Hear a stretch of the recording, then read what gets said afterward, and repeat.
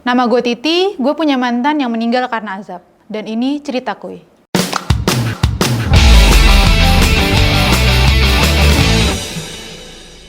Jadi gue pernah kenalan sama seorang cowok dari Facebook, lebih ke alter Facebook sih, di tahun pertengahan 2013. Di situ kenal, ya kayak ngobrol aja lah biasa, lebih ke apa ya istilahnya, abang adik ketemu gede kali ya.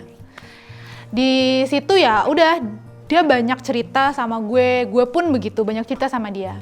Dari situ gue tahu dia punya pacar yang udah sekitar 5 tahun pacaran dan juga punya selingkuhan. Ya dia sering cerita kalau gimana caranya dia menyiasati kalau ketemu pacarnya biar nggak ketahuan nggak punya selingkuh. Gimana dia juga menyiasati kalau ketemu selingkuhannya kalau ternyata dia nggak punya cewek lain kayak gitu. Dan katanya itu udah berjalan sekitar 2 atau 3 tahun, gue lupa. Berjalannya waktu sekitar akhir 2013 tuh dia sempet cerita kalau dia mau tunangan sama pacarnya dan bilang ke gue kalau dia mau beli cincin tunangan.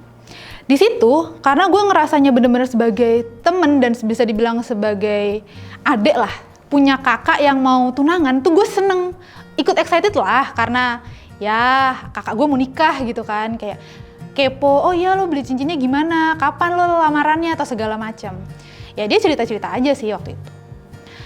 Terus setelah waktu berjalan, kurang lebih di awal 2014, ingat gue ya, di awal 2014 itu dia tiba-tiba minta tolong sama gue untuk cariin obat penggugur kandungan. Mungkin ya nggak tahu ya kalian tahu atau enggak, pernah denger obat Sitotek? Yeah. Atau segala macamnya? Nah, dia nyuruh gue cari itu, entah katanya coba tanya temen lo yang anak farmasi atau gimana, punya nggak obat itu? Gitu.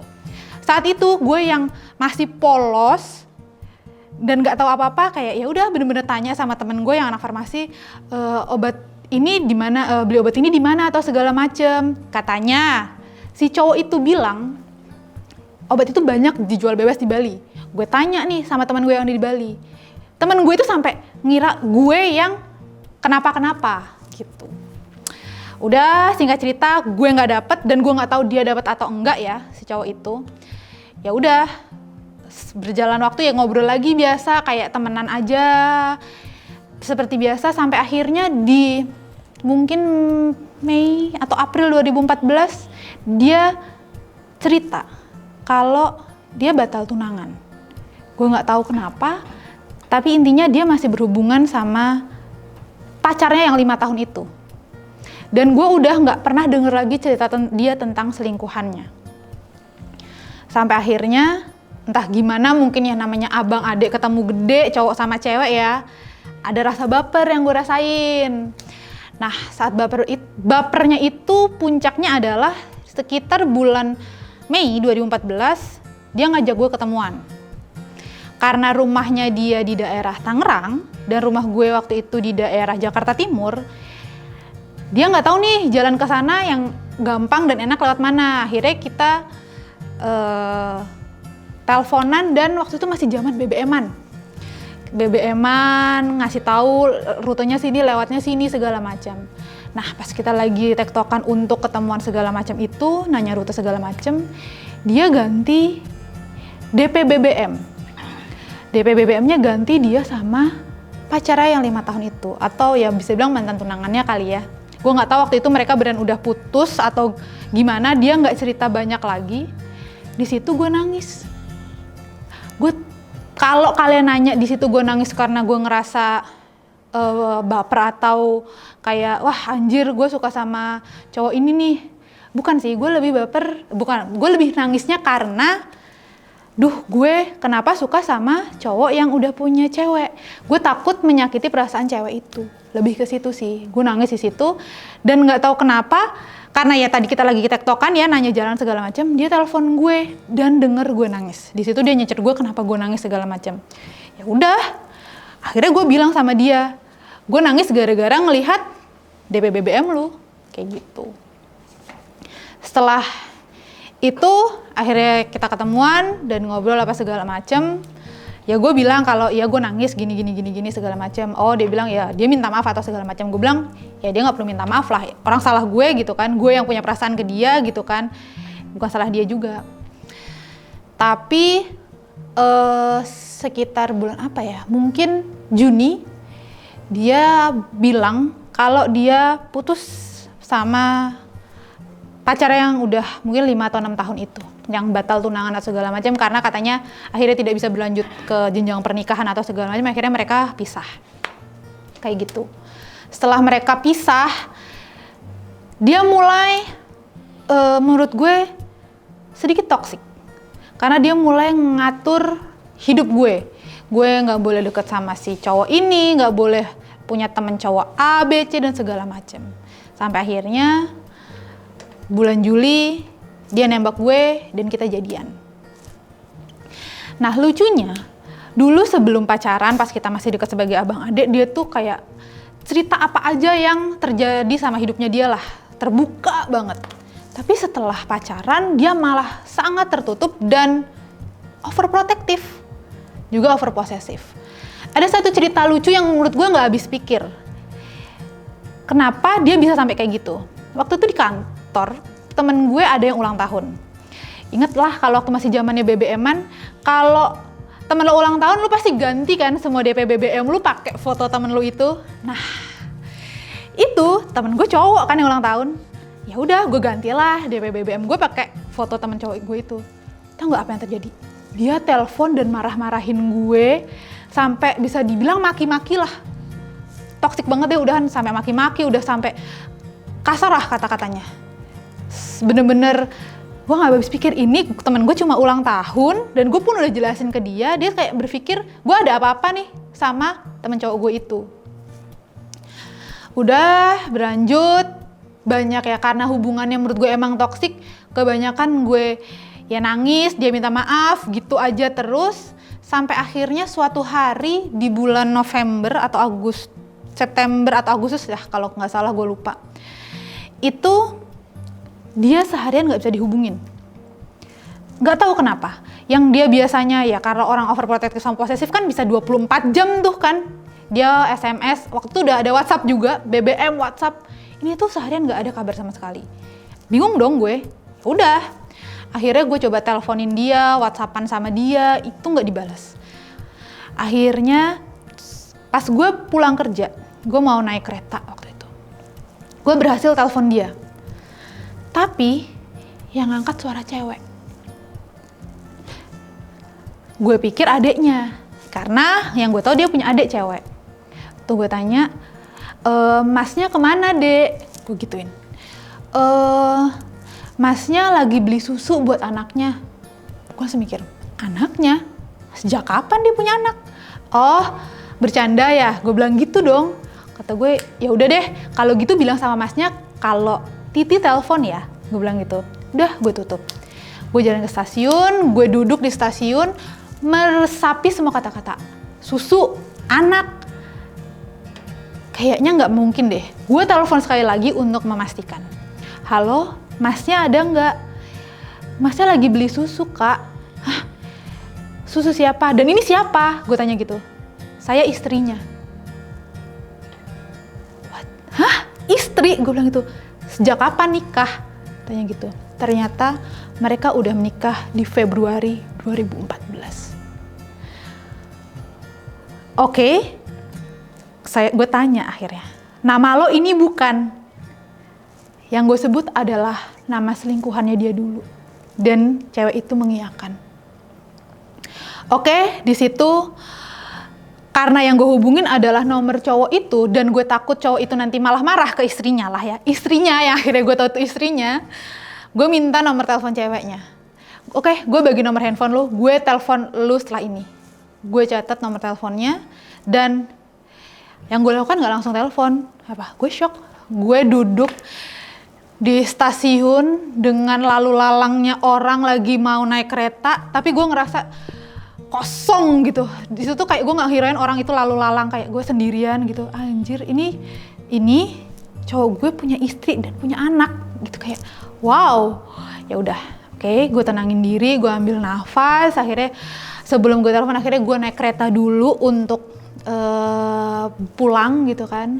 Sampai akhirnya gue nggak kuat gitu kan di kereta diri, guenya terlalu shock, akhirnya gue turun di salah satu stasiun untuk nenangin diri dan konfirmasi lagi dengan nelpon istrinya cowok gue. Saat gue telepon, gue tanya semuanya, tata benar itu adalah selingkuhannya dia saat itu yang hamil di luar nikah.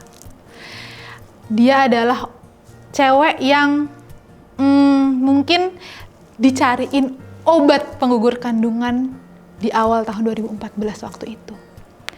Gue tanya, oh kalian bener udah punya anak? Iya. Ternyata anaknya baru lahir 1 bulan yang lalu.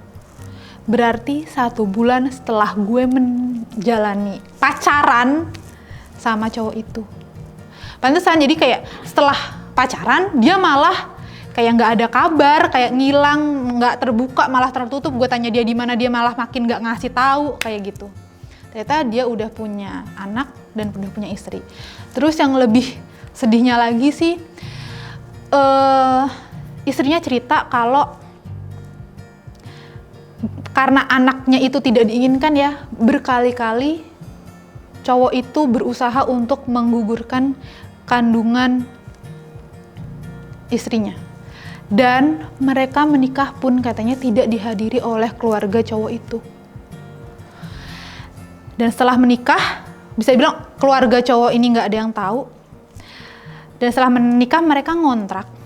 Bisa bilang bisa lebih kayak si cewek itu dikontrakkan di suatu rumah, tapi cowok itu pulang ke kontrakan itu cuma seminggu sekali. Dia masih pulang ke rumah orang tuanya. Istrinya tuh cerita kalau iya selama nikah gue bukannya dibeliin obat susu, tapi gue dibeliinnya miras biar anaknya nggak jadi. Di situ gue marah, kesel gitu. Lebih kayak gue marah bukan karena ternyata dia nigain gue lah, bisa dibilang saat itu.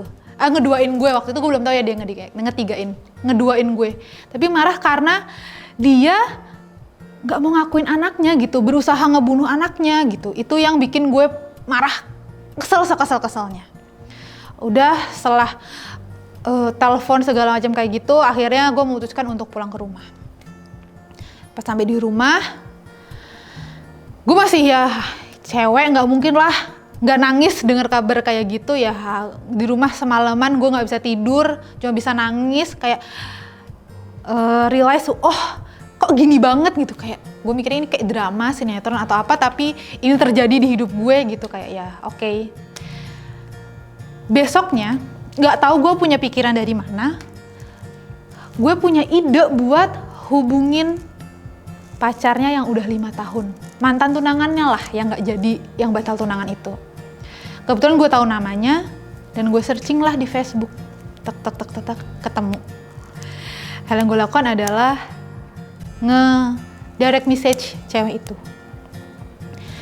Hal yang pertama gue tanyakan adalah, hai mbak udah tahu mas ini menikah dan punya anak? Kata cewek itu, dia sama kagetnya sama gue, dia nggak tahu apa-apa, dia nyuruh gue hubungin dia ninggalin nomor teleponnya dia ke gue, dan akhirnya ya udah, gue mulai teleponan dan whatsappan sama mantan tunangannya itu. Jadi bisa dibilang mantan tunangannya itu tahu semuanya itu dari gue. Dia sampai nggak habis pikir segala macam. Dan gue tanya juga, terakhir kapan sih si mbaknya itu komunikasi sama cowok itu? Ternyata dia baru terakhir komunikasi adalah di bulan Agustus 2014. Sedangkan gue jadian sama dia di Juli 2014. Berarti ya selama bulan Juli sampai Agustus itu dia punya 3 orang cewek yang ya dia handle lah istilahnya mungkin ya. Punya istri yang sedang hamil tua, punya mantan tunangan yang batal nikah gitu istilahnya, dan nembak gue. Gue ngerasa anjir gue bego banget gitu kayaknya, wow. Dan kalau dipikir, gue mikir, saya kayak dia kalau mau bilang ganteng, sorry to say, ya biasa aja.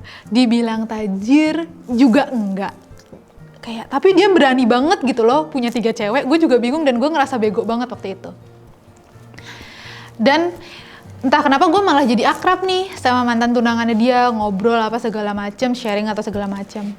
Dan sampai akhirnya karena si mantan tunangannya ini udah deket banget nih sama keluarga cowok itu, dia katanya cerita ke gue memberanikan diri untuk menghampiri keluarga cowoknya untuk menanyakan apakah benar si Mas ini tuh udah nikah dan punya anak. Dan dia cerita ternyata pas sampai sana orang tua cowok ini tuh nangis dan minta maaf banget sama si mbaknya ini. Karena ya 5 tahun bukan hubungan yang singkat gitu kan, udah mau tunangan, udah beli cincin segala macam, batal tunangan karena ternyata si cowok ini udah punya istri dan anak. Dan ternyata gue tanya keadaan istri sama anaknya sekarang gimana.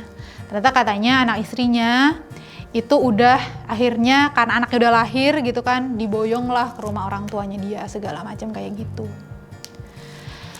Udah waktu berlalu, gue makin bisa bilang ngobrol deket lah sama mantan tunangannya, kayak cerita tentang kok lo bisa dibegoin sih mbak, kok gue juga bisa dibegoin sih, yang kayak gitu-gitu. Sampai akhirnya kadang-kadang mungkin kita tuh kayak ngatain lah kasarnya kayak